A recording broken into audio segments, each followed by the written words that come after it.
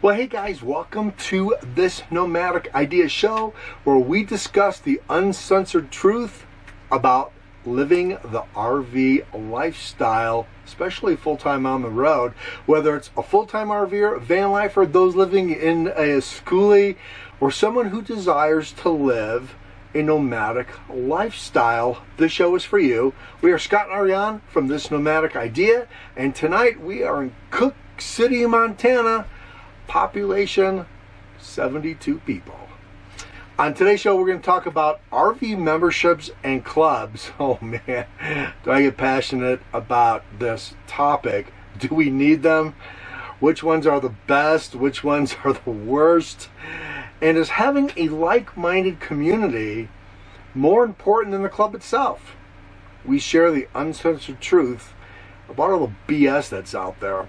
Our show is in both video and audio. Our audio is different and is a much longer show and more in depth. If you want to catch the entire show, just go to the website, thisnomadicidea.com. You can catch the show there and show notes. You can also catch the podcast on Spotify and Apple Podcasts. And in this show, we will not be posting any affiliate links to any memberships that we belong to or any memberships that we are trying to push onto you so we get a little bread. It kind of makes our show credible, and it provides you a no BS show. Let's get started. Here we go. This is not a drill. Repeat, this is not a drill. Shall we begin?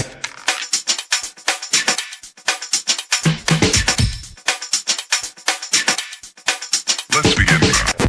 Shall we begin? Okay, so, wow.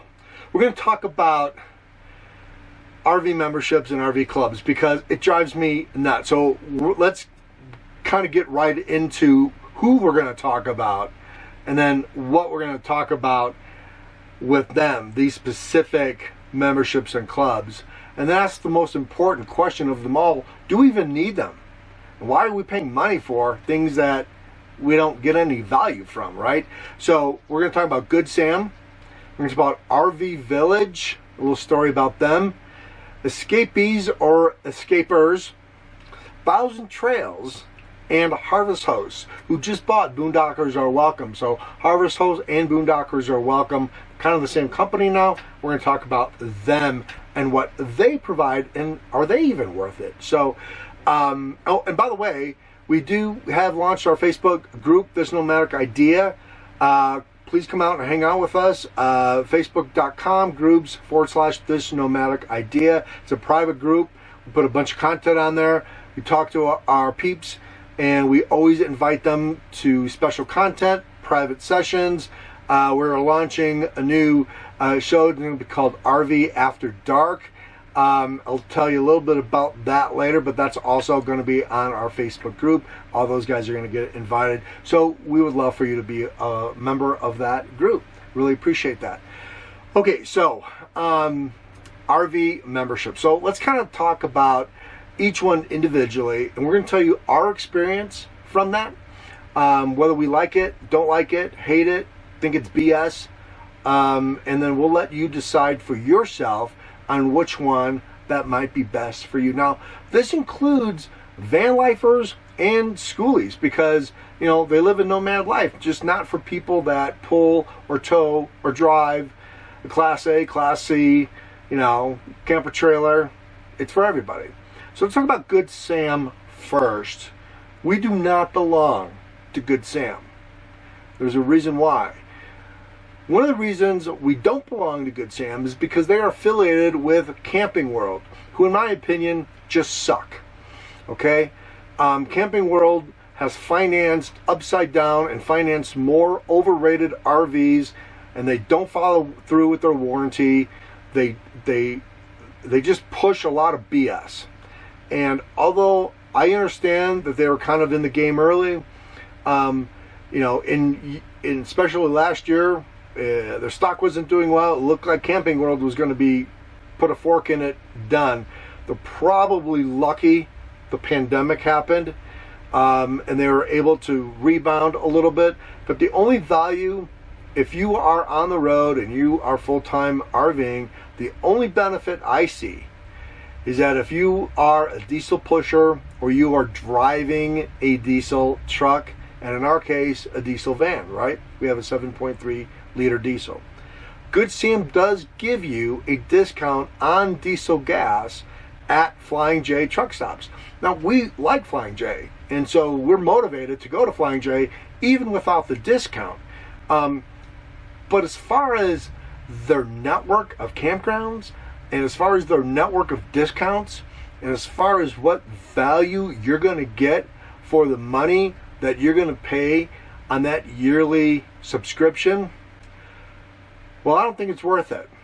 I don't see the value in that. Now I have, when I have called, in all fairness, when I've called some RV parks to see what they offer, and in case we're going to stay there, they have asked me, "Are you a Good Sam member?" But that's rare. That is rare. Not. I would say maybe 10% of all the places I've called has asked me if I was a Good Sam member. So I don't know. What have you experienced with Good Sam? For people that are watching this on YouTube, because we do a show every Sunday night at 8 o'clock Eastern Standard Time for our YouTube audience. You can watch this as you guys are watching now. What do you think of Good Sam? Good, bad, indifferent? Do you use it? Do you get value out of it? The membership is about $39.95 a year. You don't get a lot with the membership, and so we're passing that by. we don't use it. We've never had to use it. We don't see any value in it, and so. But for people that are members, if you love it, let us know. We'd love to hear your argument on why Good Sam is a good membership to have. But I don't really ever see any kind of point in spending $40 a year for sometimes getting a discount in gas. And the discount now, I guess because gas prices are going up, that might be of some value. Is it $40 a year worth of value? I don't know if I want to drive around looking for a Flying J truck stop.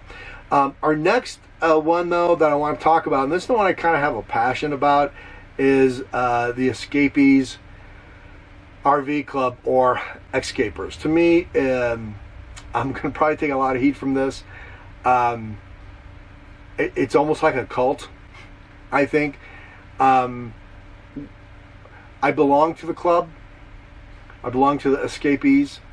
Supposedly, that's kind of a younger club.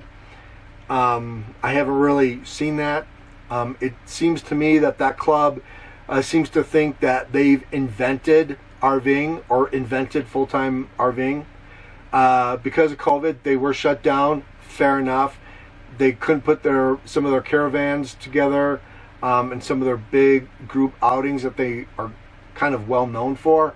As a matter of fact, for the times that I've tried to socialize with them, and I've tried to engage with that club, to me, it seems very cliquish. It seems to me that if you are not a influencer or a social media popular person, whether it's YouTube, Instagram, living full-time in an RVer, you're really not invited to the party. I mean, yeah, you'll come in, but they're like, "Oh, who are you?" Scott from this Nomadic Idea. "Oh, I never really heard of you before." Okay. But if you're a Less Junk More Journey or Driving and Vibing, I know Driving and Vibing used to be a big member of those guys. They'd probably bow down to you and kiss your feet. So that's the impression I got. I didn't really get a good feeling about them. But here's the biggest. That's kind of pride and ego. So I'm going to push that away. So that's just me. But pushing that aside, the benefits that they offer, or the perks that you get with the membership, is that the only value that I see at all is that if you're going to be going to one of their RV parks. They do have RV parks. So the Escapers do have their own RV parks, and the discount is pretty good. You know, you get like 50% off. We did stay at one of their RV parks. I believe it was in Kentucky that we stayed in there. We right after we got out of the Smokies, we had been boondocking there for like 11 days.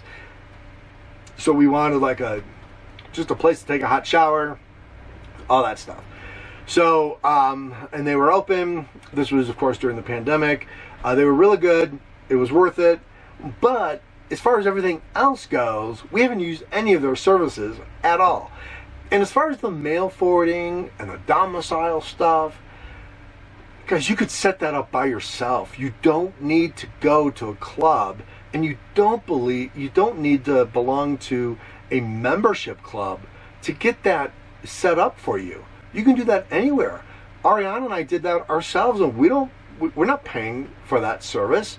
We're not paying for a mail forwarding service. You want a mail forwarding service? Really? Then find somebody you trust. You know, I mean, you got to have a best friend. You got to have friends or parents or brothers and sisters, aunts and uncles. You got to have someone, right? Just forward your mail to their house. We live in a pretty cool technology world now, so they can take a photograph and text you the photograph of the piece of mail. Hey, keep it, throw it away. Throw it away. That's mail forwarding, people. We just had our vehicle stickers for our tow vehicle and the Airstream. We had our vehicle stickers forwarded to the General Post Office across the street here in Cook City, population 72. And I went in there and said, hey, do you guys do general delivery? He goes, well, yeah, but, you know, like, what is it? I go, I need one envelope, one time, gets to be sent here. It's really important. He goes, yeah, no problem. What's your name? Don. Don Scott. Don Scott, Scott Don. Yeah, let me know. Okay. I went over there. I said, it's supposed to be delivered on the 22nd. He said, good. I went in there. Boom. Mail forwarding. Free. The federal government. Post office. It's really super easy to set up yourself. You want to spend $40 a year to do that? That you go ahead and do that. That's your prerogative. That's, you know, I'm not saying that's right or wrong. I'm just saying that that's not what we do. It's really easy to set up. When I backpacked the Appalachian Trail in 2003 for 14 states, I got mail. I had to get food drops. Okay? I didn't pay for a mail forwarding service. There was no Appalachian Trail club that forwards your mail. Okay? I went into the post office, general delivery, picked up my box for free. That was mail forwarding service back then. It's mail forwarding service in 2021. So anyway, they have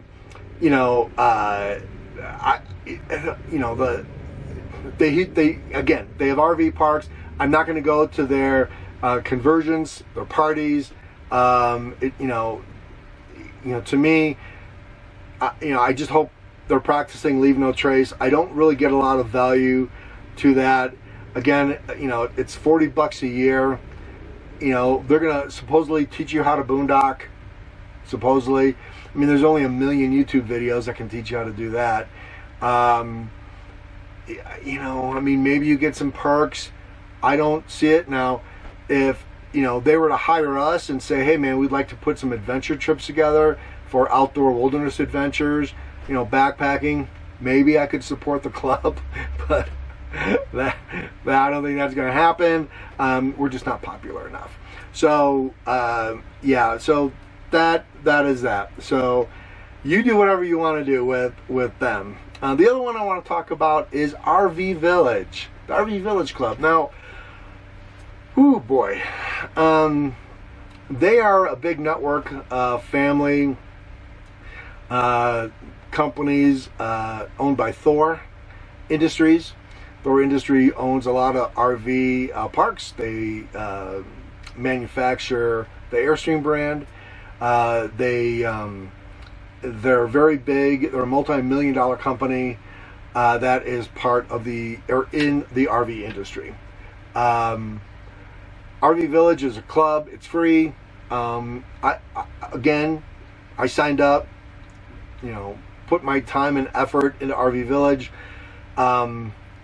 When we had our Sunday afternoon discussions on Clubhouse, Curtis said he was the owner of RV Village. I don't know if that's true. I couldn't find his name anywhere on rvvillage.com. But anyway, he talked a lot about the RV Village and how it was a community. I would say this. I would say that it's really cool to join a like-minded club, but it's another thing to be able to participate in it and get value back out of it. And I haven't seen a lot. I mean, man, you belong to RV Village. You better new spam folder for sure in your email box, because I'm going to tell you something. They spam email you like crazy, and that's one of the things that turns me off about RV Village. I get email from everyone now because I think that's all connected to Thor Industries, and it's spam. And a lot of it's just not pertinent to me. It's just not. So that's up to you. It's free. It doesn't really cost anything. But again, it's your time versus the value that you're going to get out of it, and is it actually worth it? So anyway, I'm going to talk a little bit more about a lot of these clubs. We're going to talk about Thousand Trails. We're going to talk about Harvest Host or Boondockers or Welcome. Both of those are absolutely affiliate link type things that we are not going to post. We're not going to share our membership stuff on as far as links or $15 off a year or any of that stuff, because that's not what we are about, and that's not what we're going to do. Again, we are going to tell you the uncensored truth about this lifestyle. So if you want to catch the rest of that, you can go to our thisnomadicidea.com and look up the post. This is going to be episode 14 of our podcast that you can find on Spotify and Apple Podcast. We're also on Stitcher, Google Play, Amazon. You can find this Nomadic Idea podcast anywhere. So that's what we're going to talk about on the podcast. I hope you join us on the podcast, where we're really going to get in detail about some of this other RV memberships and clubs. Quite frankly, if you want a free club and you want to have a like-minded community, just join something for free and get that value back out of it right away. We're on Clubhouse every Sunday at 1 o'clock. We have a ton of our viewers join, and we're just all talking back and forth live. I don't have to wait for a response. I don't have to wait for someone to get a post in their email box. I don't have to wait for someone to, message me back off of Instagram. It's live. It's right there. If you got a question about boondocking, ask it. There are people that know those answers. So anyway, that's on the Clubhouse app on Full-Time RV Living Club on Clubhouse, 1 o'clock. That's Mountain Standard Time. It's 2 hours different. I think it's at 2 or 3 o'clock Eastern Standard Time. So anyway, check the rest of the podcast. We'll see you guys next week, 8 o'clock Eastern Standard Time. See you guys later. Bye.